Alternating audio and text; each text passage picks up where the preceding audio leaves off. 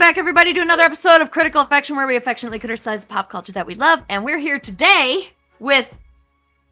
how many times now have we tried to get you on this show? Is this the third? Not too many. I mean, third time's the charm. Yeah. And yeah, so that's... I'm pretty excited that this is actually happening. It's happening, and it's all in yellow, I've noticed. Both of Oh, us. shit, yeah, we planned this, just in case everybody was watching. We totally talked before the show, and we planned this. This is a matching yellow day. So, Laguna Studios news quick. Granica #1, still got a few days left. It's over on BackerKit at backit.lagunastudios.net. Noctiluca is going to be launching here on August 20th. We'll tell you more about that later. We're gonna start blasting you guys with emails this week, so trust me, you'll hear about it. And hoodies are almost shipped. Hoodies are almost all totally shipped. And I think that's everything. We pretty much caught up on stuff. The Art of Ian Richardson, that's going to printer soon, so and that should be all of the projects that we're in the middle of. And everything else is, if you have a question, just ask me and I'll tell you what's going on with it. So, yes! Finally gonna talk about Chaser. And, I guess first, why don't you tell us a little bit about yourself? A little bit about myself. Well, today, I put on some rollerblades. I haven't rollerbladed in, probably a couple years. And, it was so fun. I actually went at night, which I probably shouldn't have done on my first time around, but there was enough light to where I could go. And I'm in London right now, and what's strange is it seemed downhill both ways, and I don't know how that happened, but I'm not complaining because where I used to go, it was always like up and down, and it was like kind of torture. So that's my new thing. I'm trying to get back in touch with my childhood roots. Nice. I might have been like teenager the last time I rollerbladed.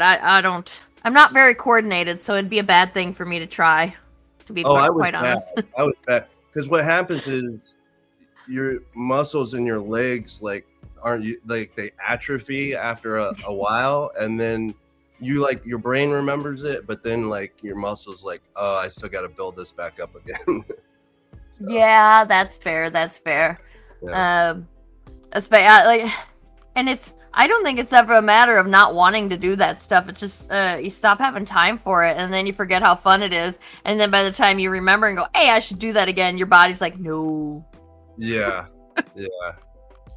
So you apparently did not fall and break anything important, so that's good. Yeah, not yet anyway. I'm actually, I don't know. Did you want to know anything artistically about me, or you'll get to that later? Well, right? Yeah, well, we can get to that. I want to know a little bit about, what your, how you got into this, and what your other credits besides Chaser are, and stuff like that, Okay. We'll talk about that. Cool. You have the sound quality is so good on the show. I've noticed your mic and everything very crisp, and your intro is very nice too. I was jamming with it, funky. Thank you. Yeah. I would love to get that. That's just, I think that's GarageBand music or iMovie music. I don't think I came up with that myself. I would love to get a custom intro for this thing though, but yes, thank you.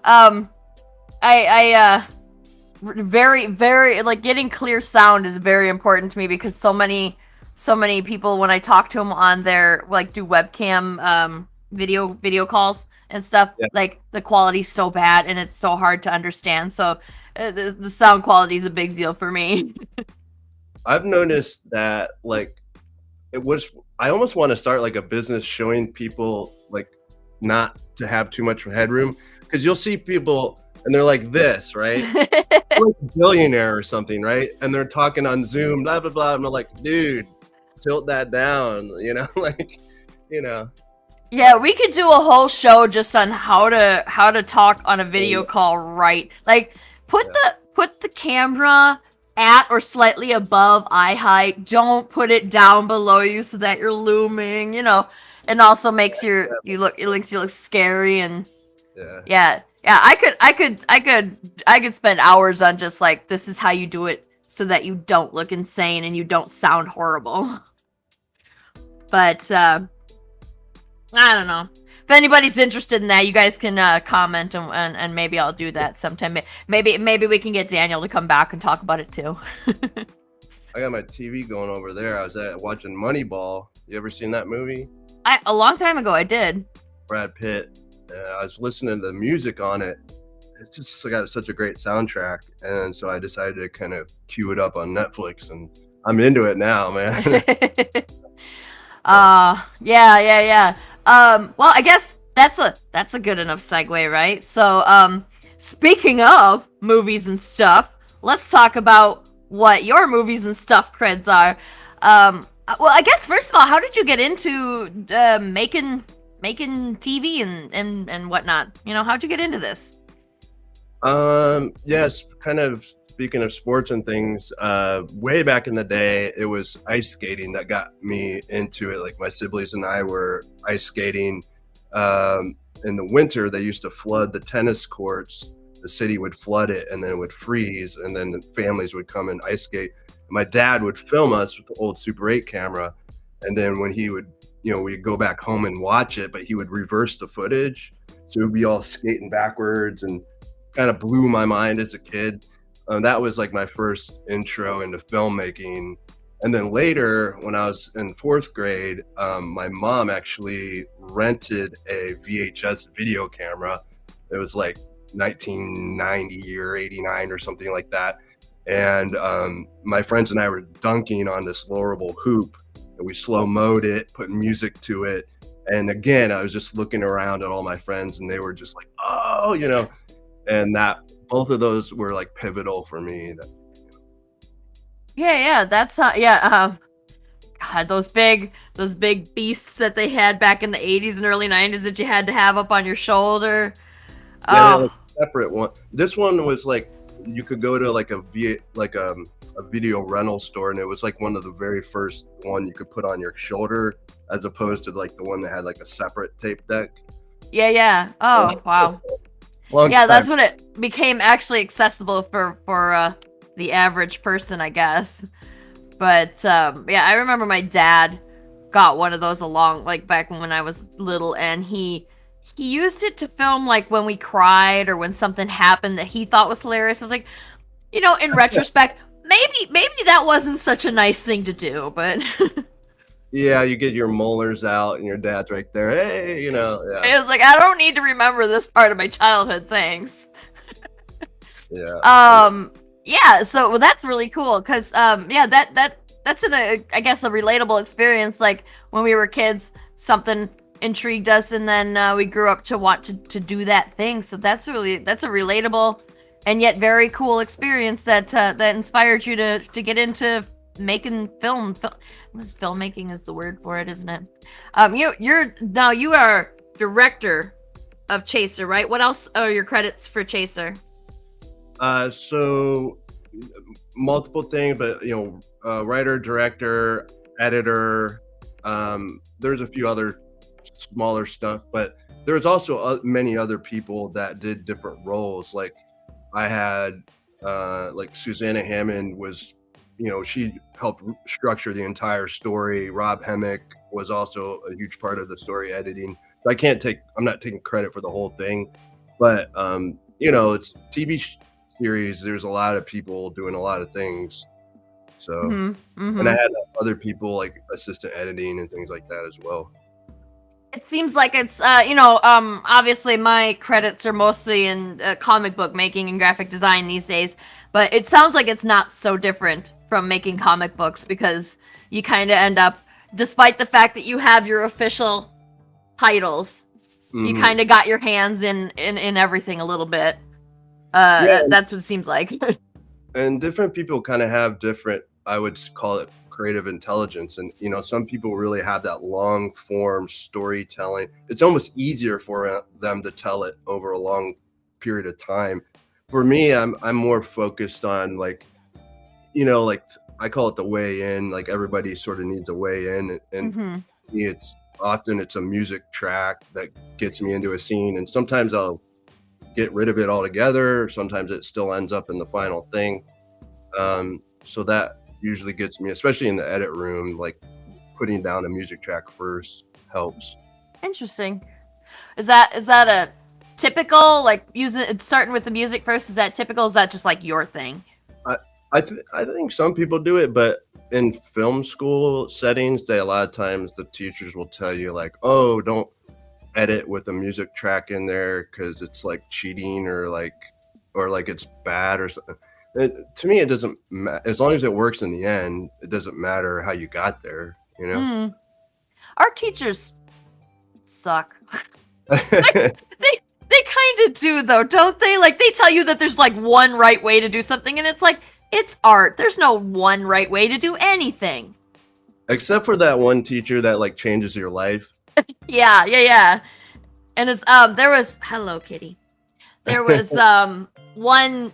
Well, I had one teacher who was very much just do whatever you want and like encourage you to make bigger, more ridiculous messes and use that to be make the mess and make the peace, and as long as you cleaned up after yourself, it was fine. Yeah. And I made some weird shit in that class, let me tell you. Okay, you can only be here if you're gonna behave. There we go.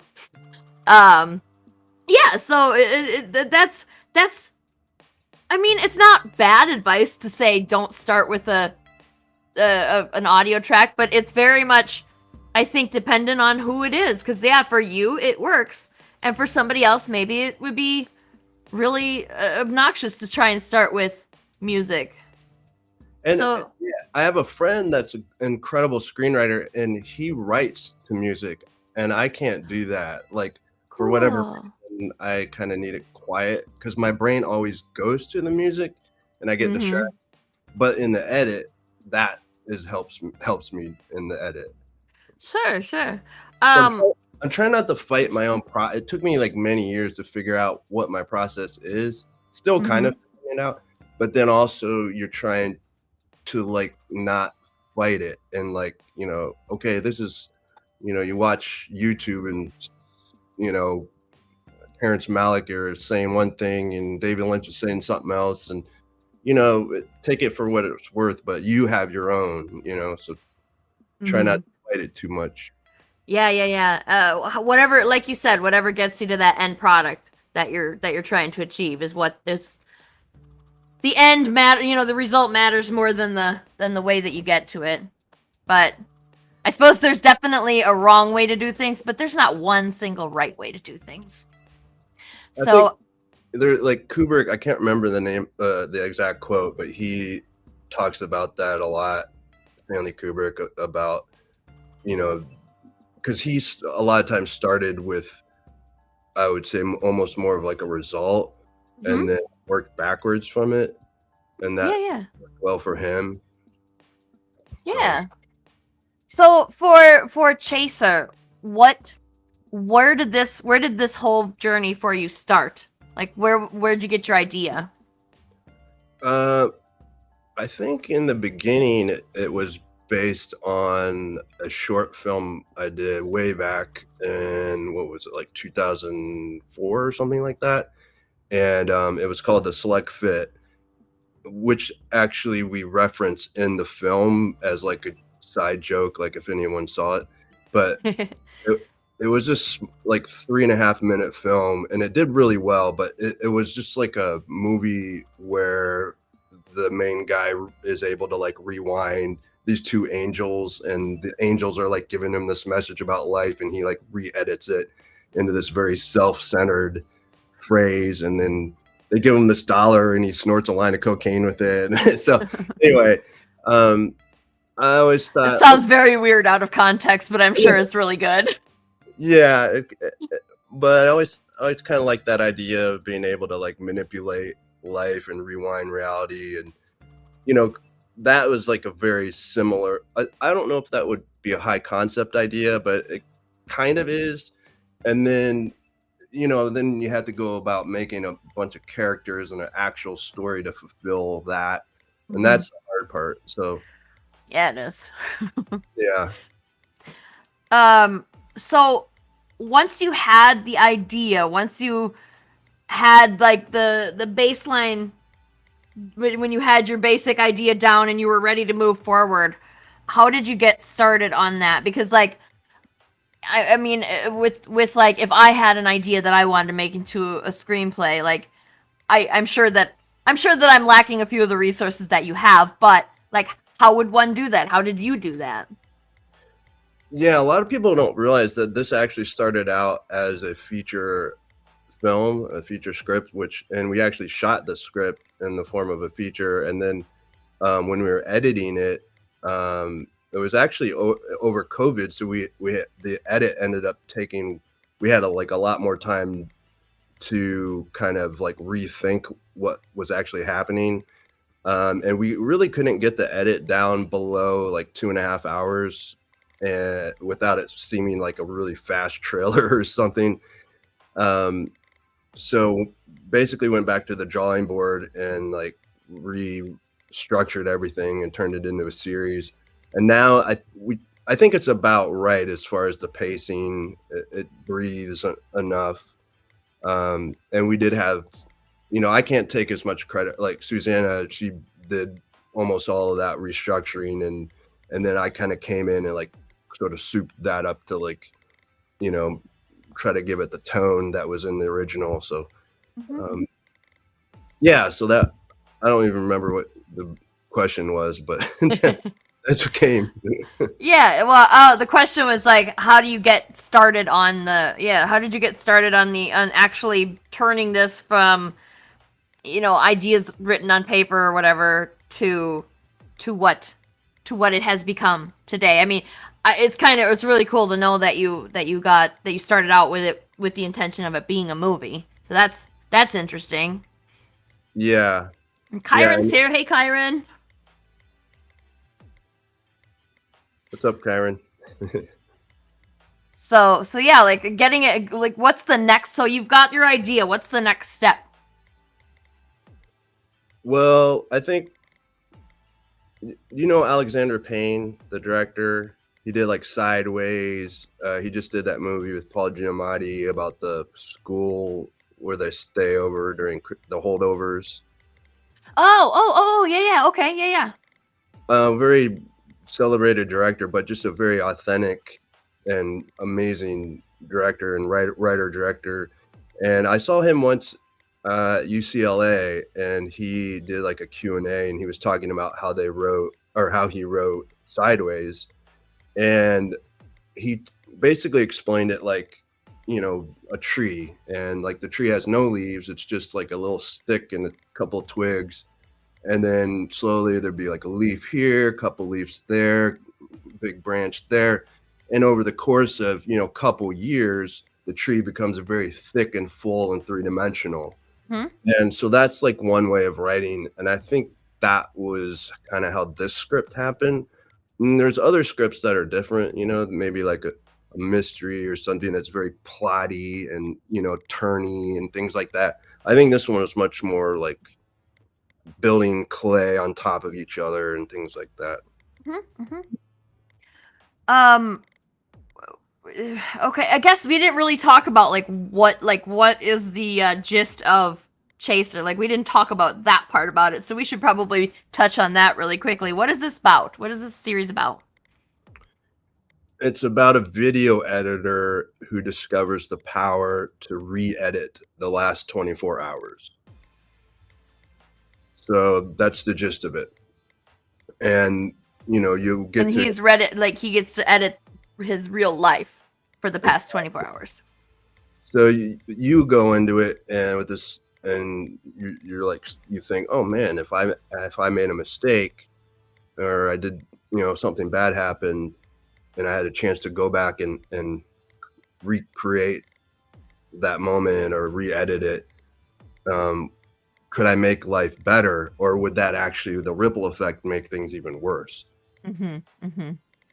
It actually, I was just thinking, like, there are there are just there's got to be millions of people out there that are going, oh man, if I could erase one stupid thing that I said or did, that would be an amazing power.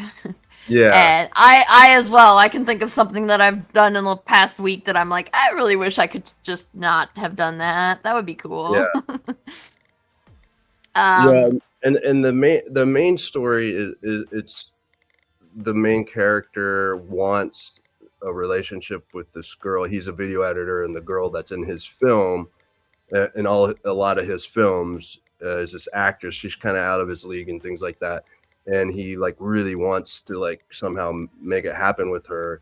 So that's like the through line. And then there's a lot of interesting other things that happen that almost make it more of like a Donnie Darko meta film. sure. Kyron said he can basically redo his last day. I wish I could do that. That would mean less being yelled at by my wife.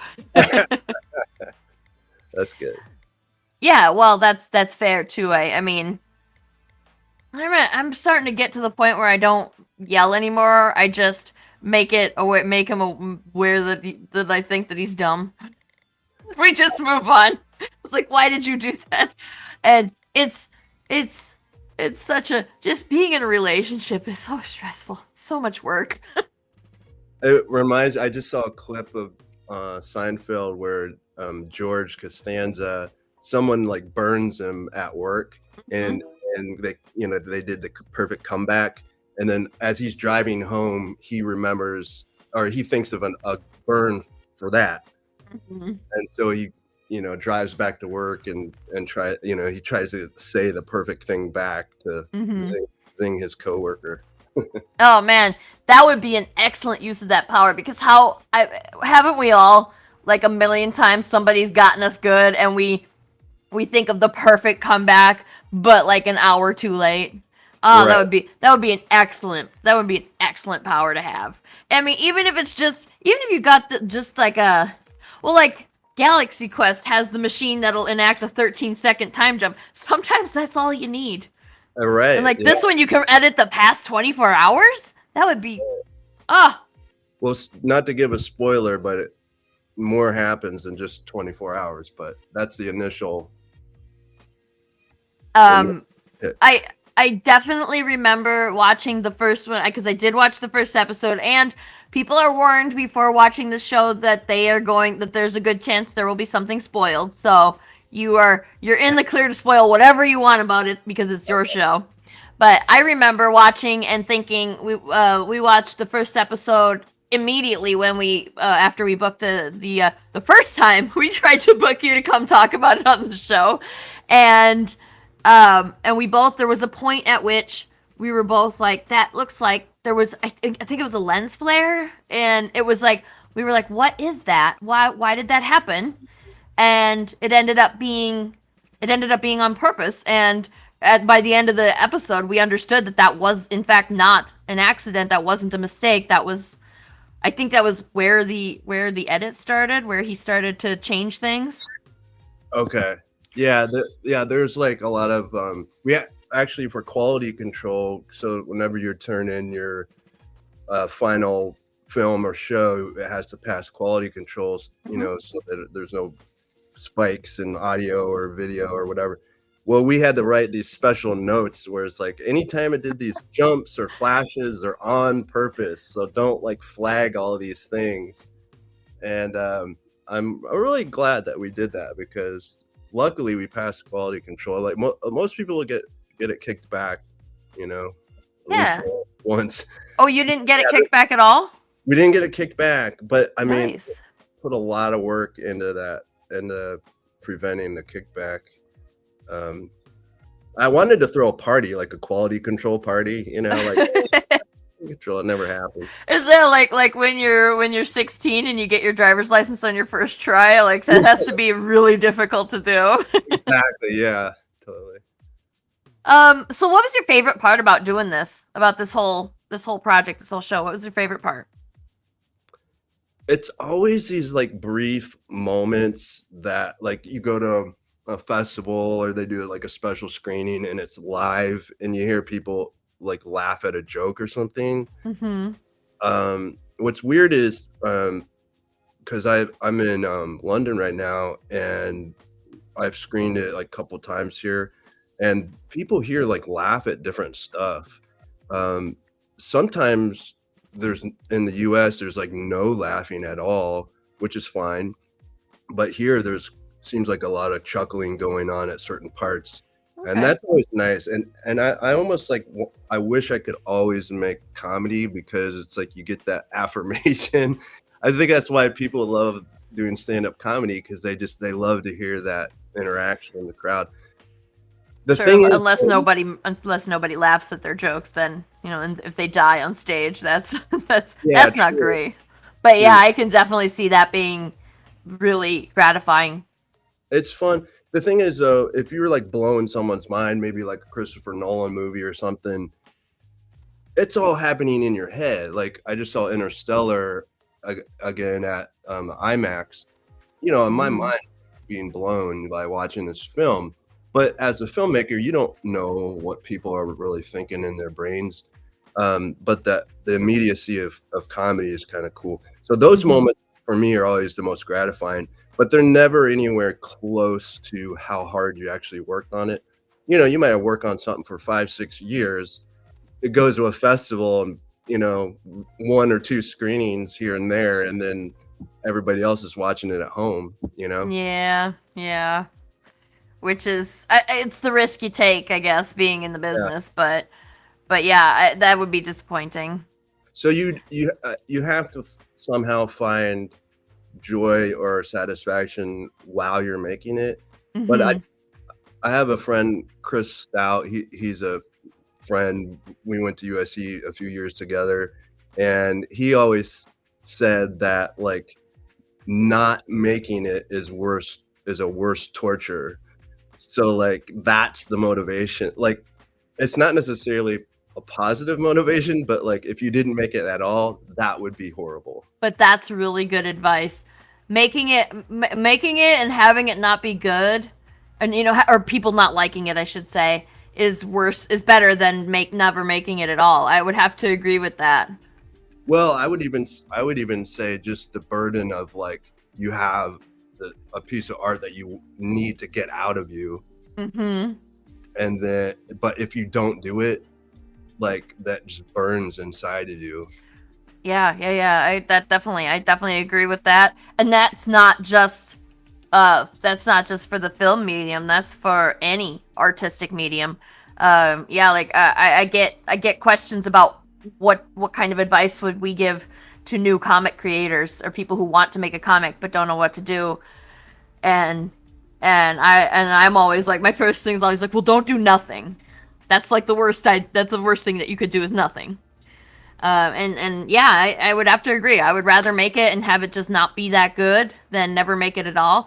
And that because you don't learn anything if you don't ever make it, and Right. you don't ever give yourself the chance, and then you spend the rest of your life wondering what would have happened if you had done it. So yeah, definitely good advice. Not making it is worse. And plus you like you always work on everything as hard as you can. So you never really know what's gonna hit, what it won't hit. So you might as well just make everything that you want to make as much as possible.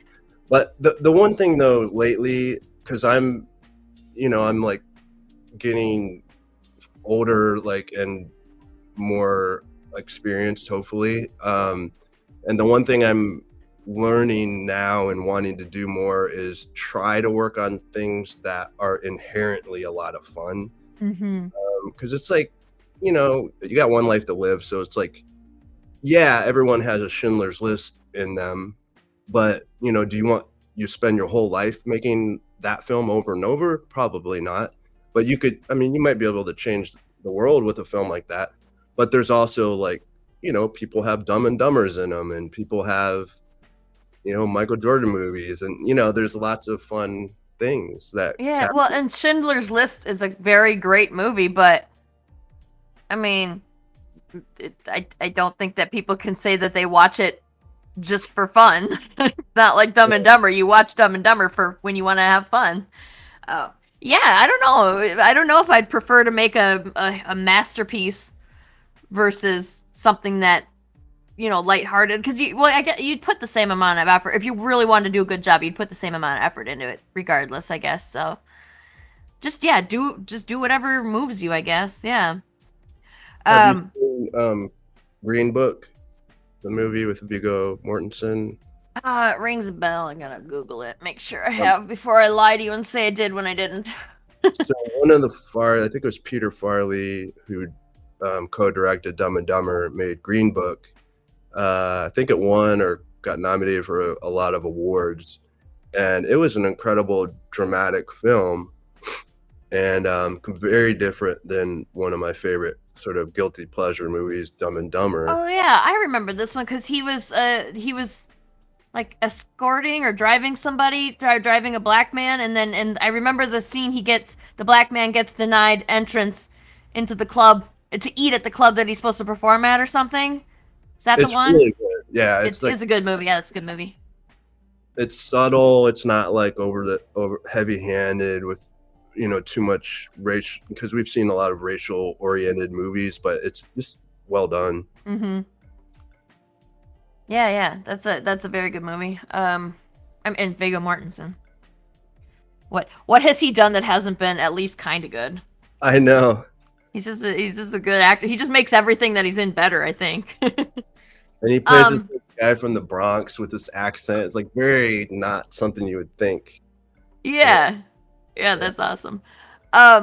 So what was for back to Chaser, I guess, for a minute here, because I want to move on to like what your dream project is and what you're working on next and everything. But I have like, what was the crappiest thing about working on Chaser? Crappiest thing. Every project had, like, speaking of Vigo from Lord of the Rings, they call that movie the biggest independent movie ever made or something like that. So that is huge budget, but it still felt like a very small budget because of what they were trying to do. Mm-hmm. So I would say it's hand in hand, because probably the thing I'm most proud of is what we were able to do within our given constraints. But it also was very difficult to do that. So that I would say just having the constraints that we did with budget and locations and things like that. But I'm also very proud of, like, a lot of the creativity went into solving those problems. Yes, I think that having limitations like that, actually, it kind of forces you to get creative, which is, again, experience. You should do it because then you have that experience for the next time you come up with a problem like that, or come up against a problem like that. Yeah, I think people underrate the creative aspect to problem solving and filmmaking, because they put it all on the we're dealing with an actor or we're dealing with the cinematography, but like solving these like logistical problems where it's like, oh, the prop bowl of soup didn't arrive on set today, so we have to rearrange the schedule and shoot something else instead, and keeping all that in mind, and how's that going to fit in the edit and all of that stuff. Yeah. Oh, that reminds me about the joke about fixing it in post.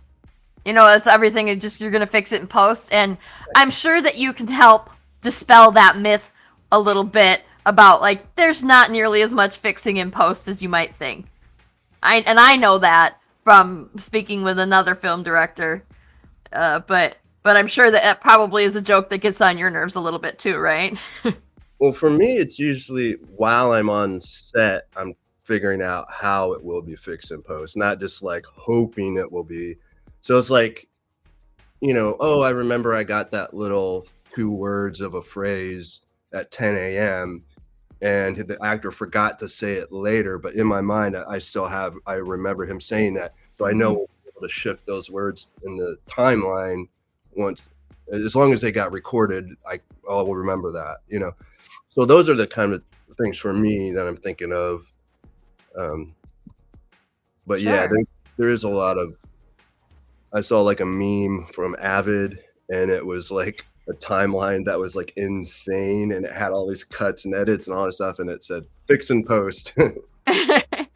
And yeah, like, well, there is no fixing in post if you don't figure out how to fix it in the first place, right? So you can't just the editors are not magicians, and you have to take on that role as well. So you don't just shoot a bunch of film shoot a bunch of scenes and then just dump it on someone else to fit. You have to do that yourself too, right?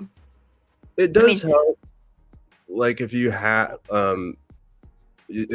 experience editing. Like I spent a lot of my like early life editing and directing both, mm-hmm, because you know, and I was in LA for about 15 years, and a lot of times when I came out of undergrad, um, sort of that area, a lot of my director friends were getting editor work to like help pay their bills, and I kind of fell in that group.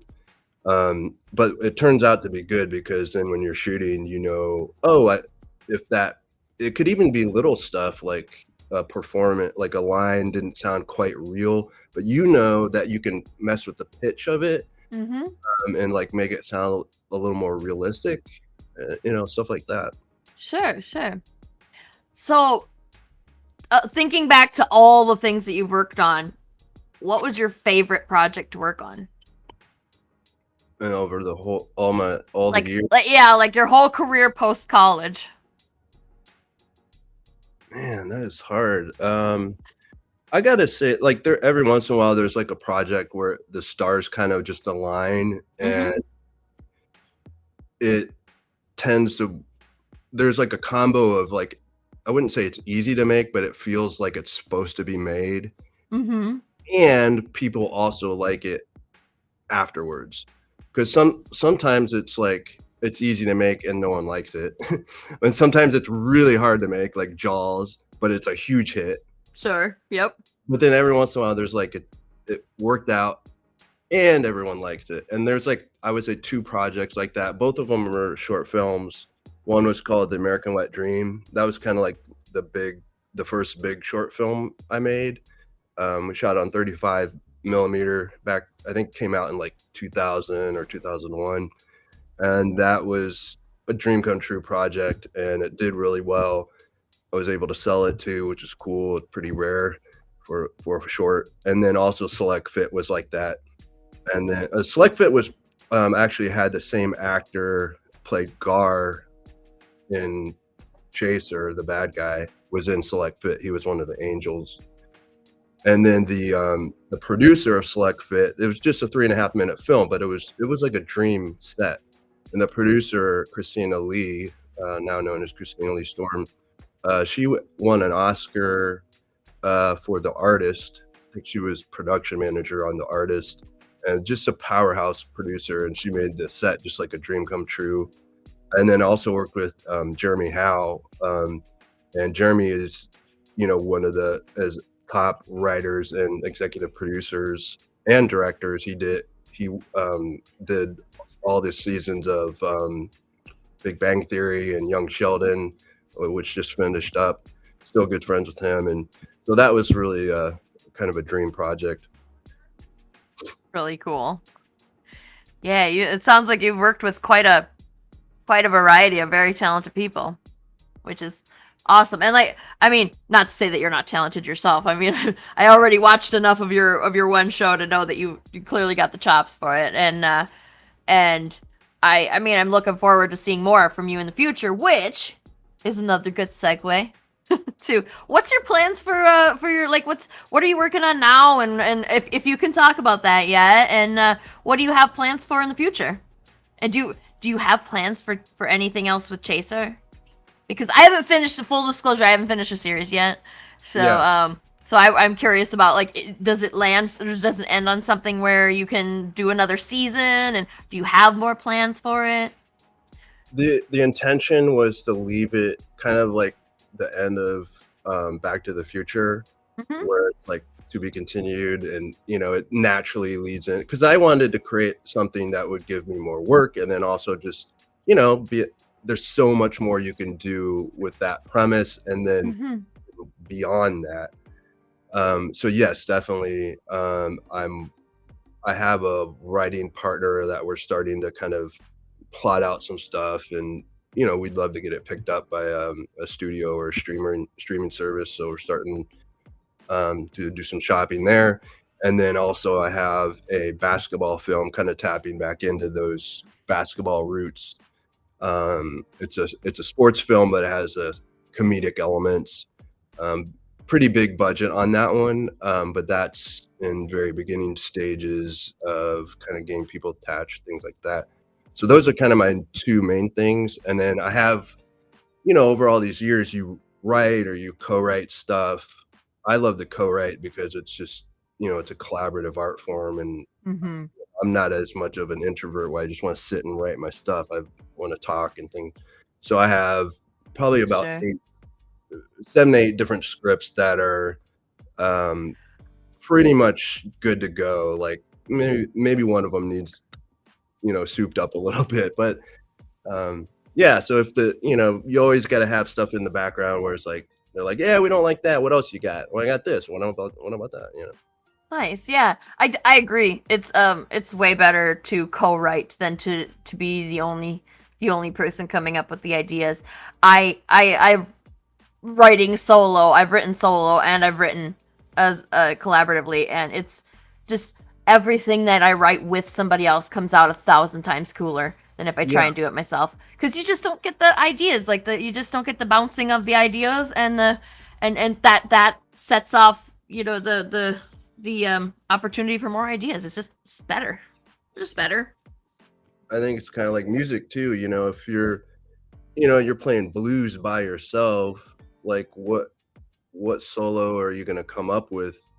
It's just all going to be something. But if you're playing off of someone, you're going to come up with something that you wouldn't have thought of in the first place. Absolutely. Yeah, and it's not that a single instrument can't be beautiful by itself, but when you add more instruments in the right way, then you get a really cool orchestrated piece. There's a word I can't remember, but yeah, the more instruments you add can be better. Like, it can also suck too, which is fair. Yeah, But different people I'm more of an external thinker. Like I can't like I have a friend, Glenn Gable, incredible writer. He'll get in his car, he'll drive from LA to San Diego and write an entire script in his head, gets there and then just transcribes it. And it's amazing. One draft. Now for wow. me, I'm like, if I was trying to do that, first of all, it'd take me a year, and I'd have to pull all the notes out here, write 13 drafts, maybe 30 in the end, and it's like everything's got to be talked out, and in Hmm. the end, maybe they're similar quality, but I just I'm almost a little bit jealous, to be honest. Yeah, oh man, that would be a hell of a talent to have.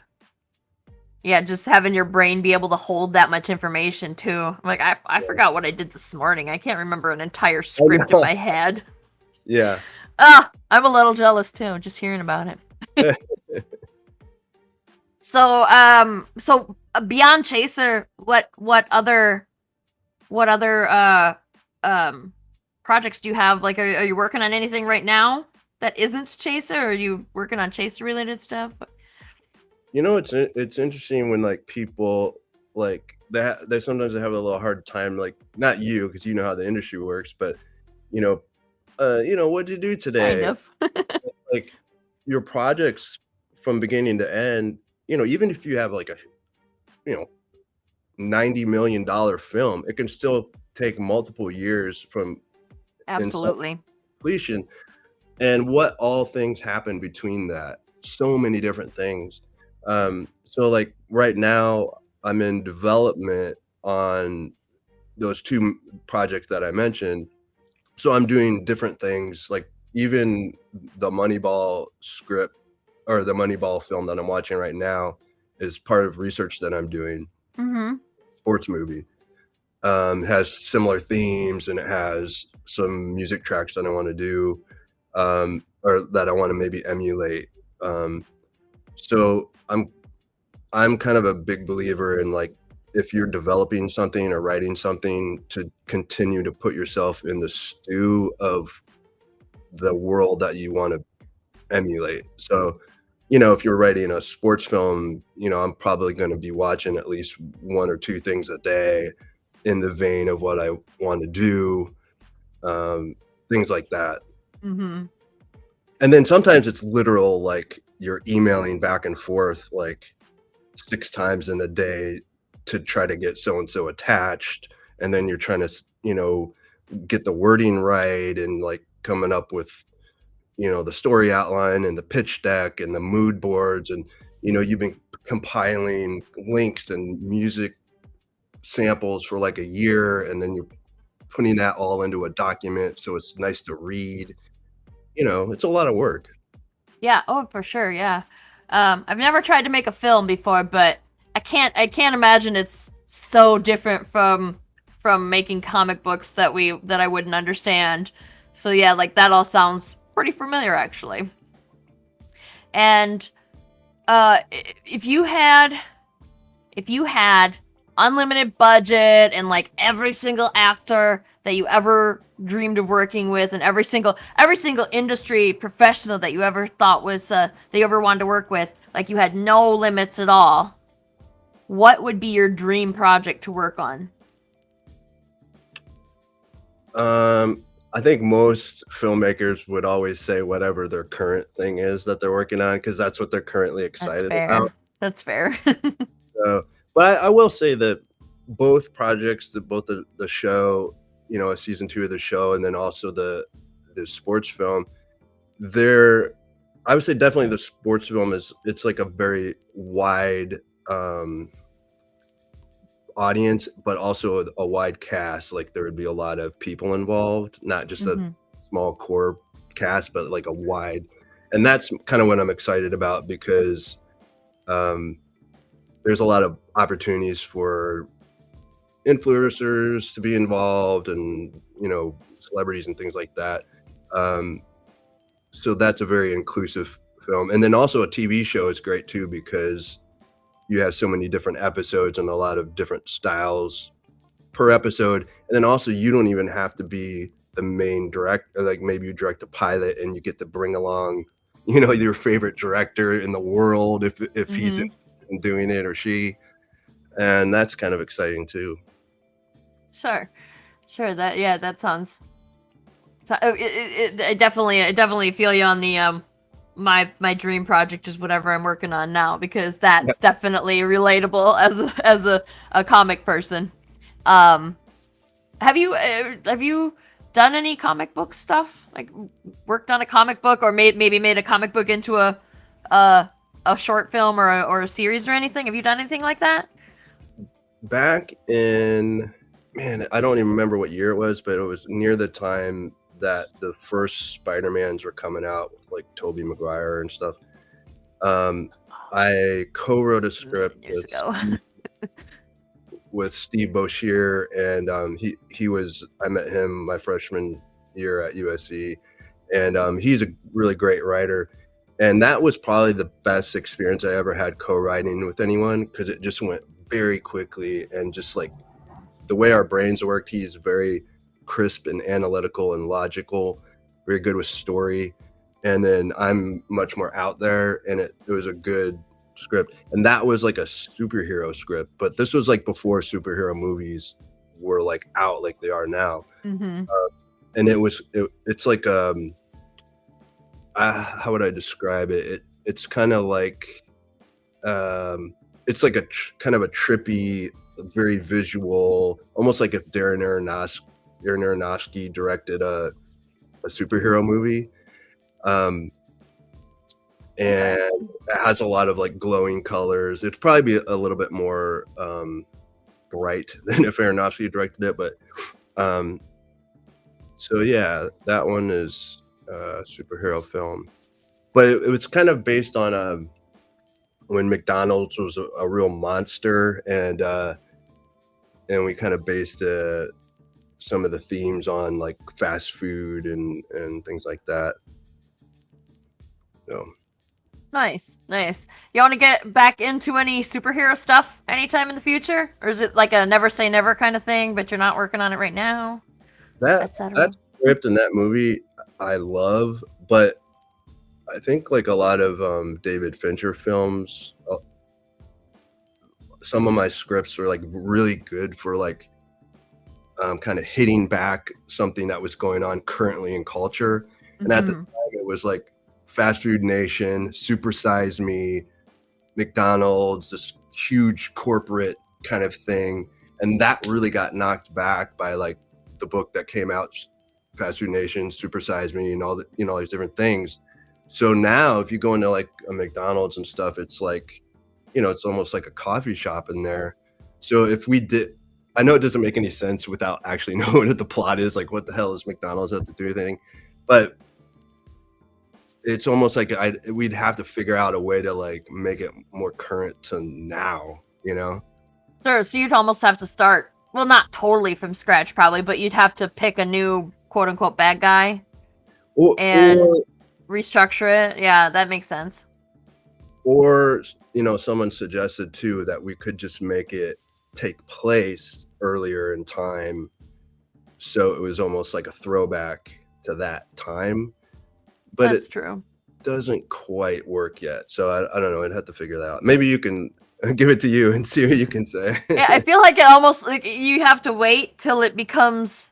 You almost have to like wait another 15 years for it to become something of a big historical moment Right, before you can do anything with it now, because if you didn't do it, if it wasn't a thing that you could do as it was happening, it's almost like you have to wait for it to become right.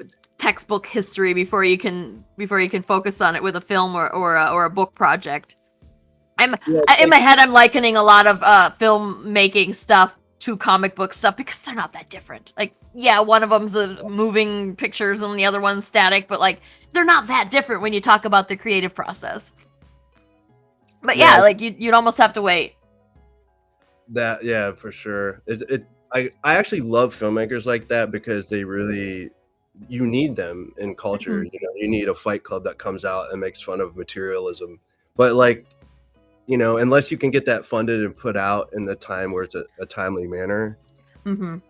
And if you were making it at the time, if you were trying to make it at the time, I have a feeling that you might run into a little bit of static from perhaps McDonald's, for example. Like, they don't want that. That the Super Size Me guy had to have run into a bunch of stuff when he tried to release that for like, McDonald's did not like that movie, that documentary. We called And it Magic Burger, I think is what we called it. oh nice. Yeah. I think now you probably wouldn't get a lot of pushback, but then if you wait another few years till and then make McDonald's the villain in your story, Right. that would be interesting to see how they would react to if it got any traction at you'd have to, obviously, if it's a little thing, the McDonald's not going to care, but if it got some traction, they might care. And that would be hilarious to me. I think that would be amazing. Yeah, or you could figure out like what is something that fulfills that role now that might fit a little better, and then kind of replace it. Maybe, I don't know. Yeah. We get some people who are better at remembering what happened in like the late 80s and early 90s than I am, and then just get some good history and then run with it. Because there was stuff happened in the 80s, and I mean the 80s were. I was oblivious because I was, a baby, but like, I know enough about the 80s to know that the 80s were crazy. They were. Lots of stuff happened. I mean, you could totally, or even like the late 70s, you could do. I mean, didn't they make that movie about the Richard Nixon thing, like the comedy with Kirsten Dunst, I think, was in it? I mean, stupid stuff like that, but like make it a little more cerebral than those were, and you could make something really great with that using just one historical event as the catalyst or as the backdrop for your story. Yeah. Well, now you're making me curious. I'm gonna have to send you a copy of this thing and see what you think. I would love to read it. It's your expert opinion. Expert. It's always weird to me when somebody thinks that I'm an expert at anything. Well, you got an awesome mug, so Oh, thank you.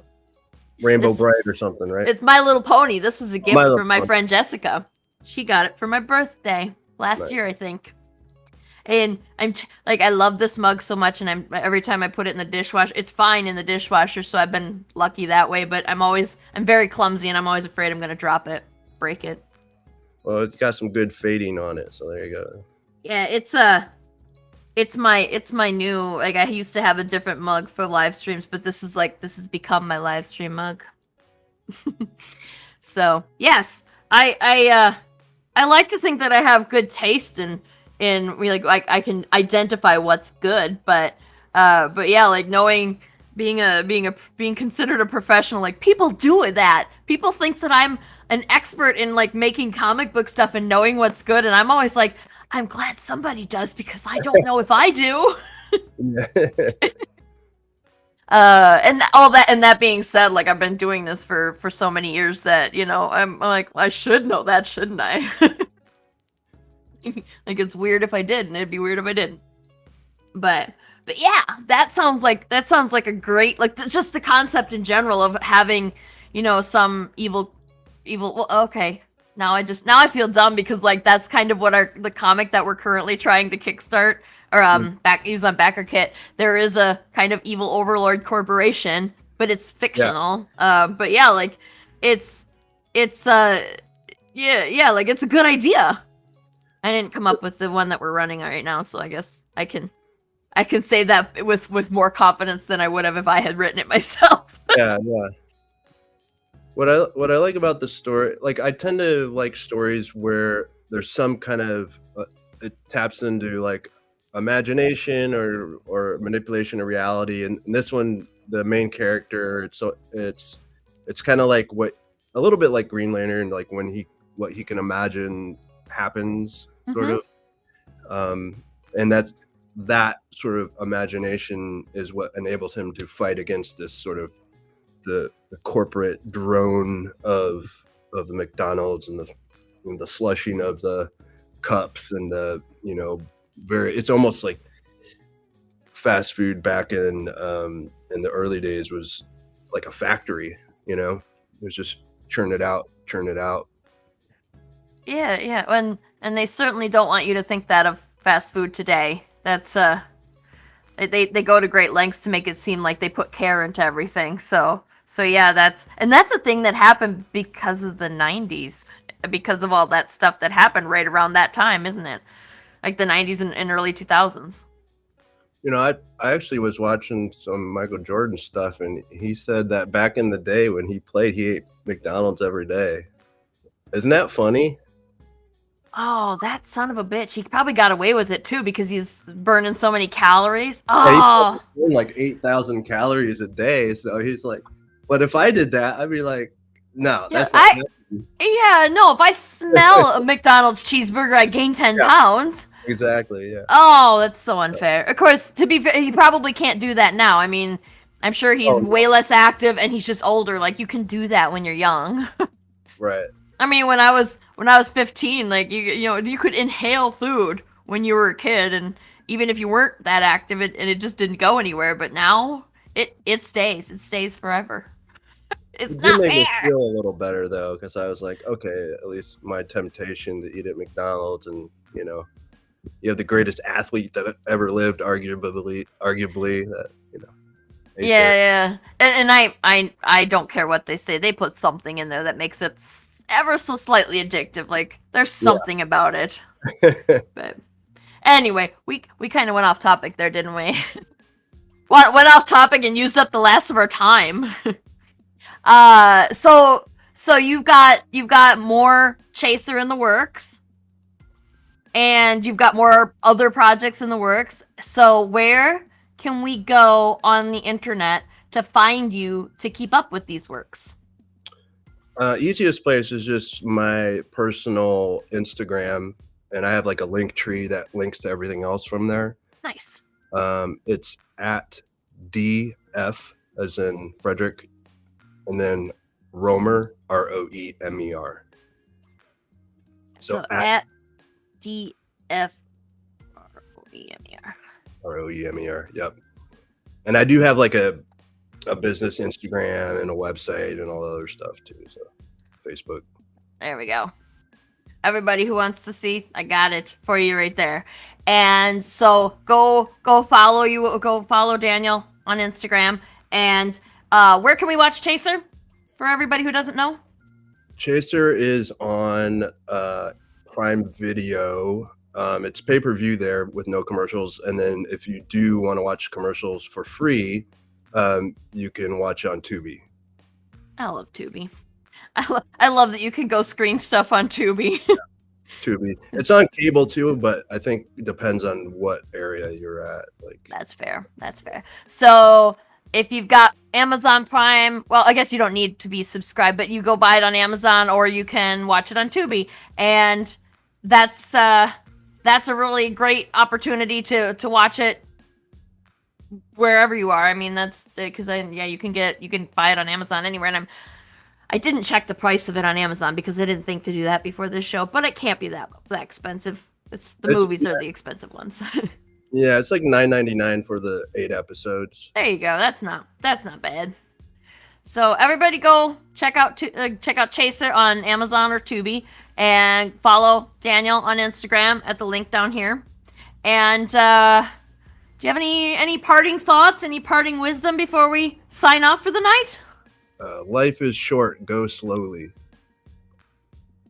Nice. Enjoy things. Yeah. Oh, good. Awesome. Okay.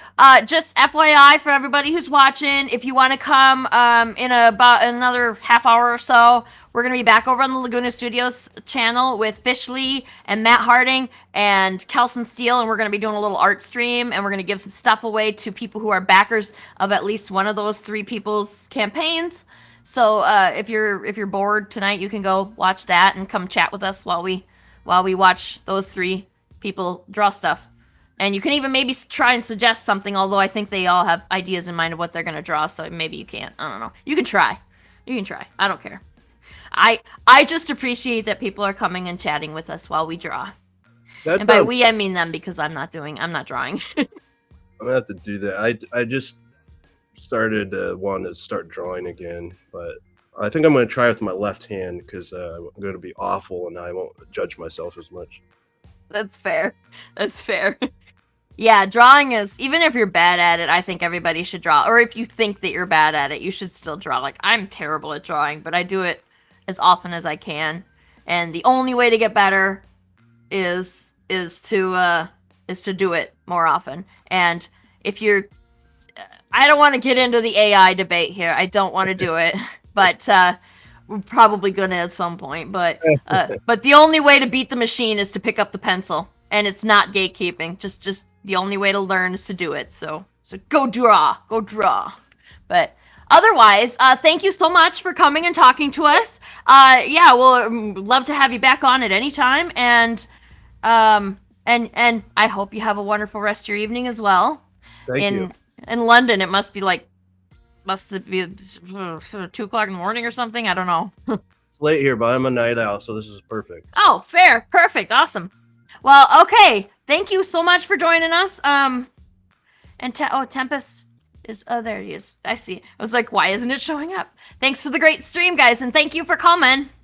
Tempest Law is a very big fan of Agents of Geekdom shows, and we appreciate the hell out of them coming and checking our stuff out. So thank you for coming. And yeah, and come join the art stream with us over at Laguna Studios Comics on our YouTube. And we'll see you next week. We're gonna be talking about Deadpool because of course we are. It's like back to being superficial and shitty on this show again, because we've been way too serious for the past several weeks now. It's I don't know how much more of this I could take. So we're gonna be superficial and shitty again. That'd be perfect. So, all right, everybody, have a wonderful rest of your evening, and we'll see you again next week. Bye. Bye.